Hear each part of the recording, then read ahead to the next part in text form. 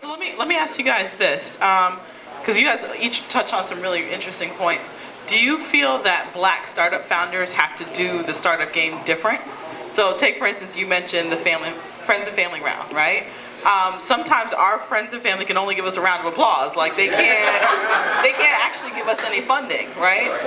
And so can you guys maybe talk on that, on how, either what you've seen or what you've experienced on how Black startup founders sometimes have to play the game differently? It comes down to education and what you know, right? Because that's kind of the difference in us and them, right? To kind of put it that way, right?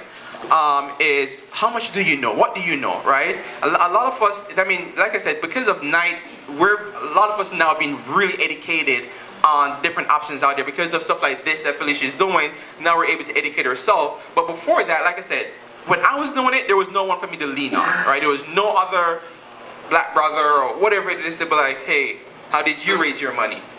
There was no one, right? So I had to do it the way I know how to do it. I had to hustle, right? I had to hustle, do great work. I had to, and that was my route, and continue to educate myself. I was seeing where they were going to get money. I went to the TechCrunch events. I went to the Mashable events. I went to all these tech, and I see all these guys, and there was no one like me there. But that's how I kind of started building a relationship. Matter of fact, one investor that's been a really great friend.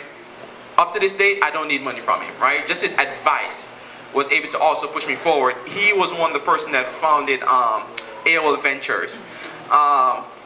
We've never met in person, right? It was just one of those emails, those 100 emails sending out to investors. Hey, this is what I have. This is what I have. Do you want to invest? And he just took a liking of who I am, right? And every time I have a question, in 5 seconds or in 5 minutes, he'll respond to me, right? It didn't take him no time. He was a huge guy. He has a huge investment fund right now as well in New York.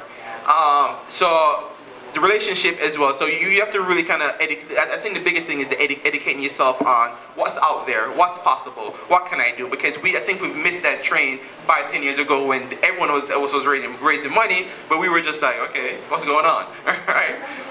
So yeah, we definitely have to take a different approach, but I think we're moving into a time where now we're now open up to a lot more opportunities, and you guys are much luckier than I was 5-6 years ago. So take advantage of those opportunities. See what's out there. There's tons of incubators, and there's tons of I don't know if you could probably talk. There's a lot of them out there that you guys could get help from that won't require to give up everything you own.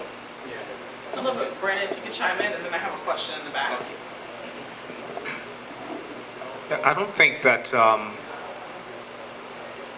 millennials and the tech arena as it is today is color struck. Naive or not, I just don't. That's not what I've seen. People don't understand technology because of the color of the people who created it. Matter of fact, most technology doesn't even go that far. Most of you guys use stuff every single day, and you have no idea who's on the other side, right? It really stops with the user interface. So smart money gets that. I do think, just like what you know, more important is who you know. And the what part isn't necessarily what you know, but what exactly is it that you want? And being able to define your wants and your needs will probably help you make a better decision with the kind of people that you bring into your company, right? Because equity's forever. I mean, that's a long-time partner. And you should be able to ask them, for every dollar you give me, how are you going to help us get from point A to point B?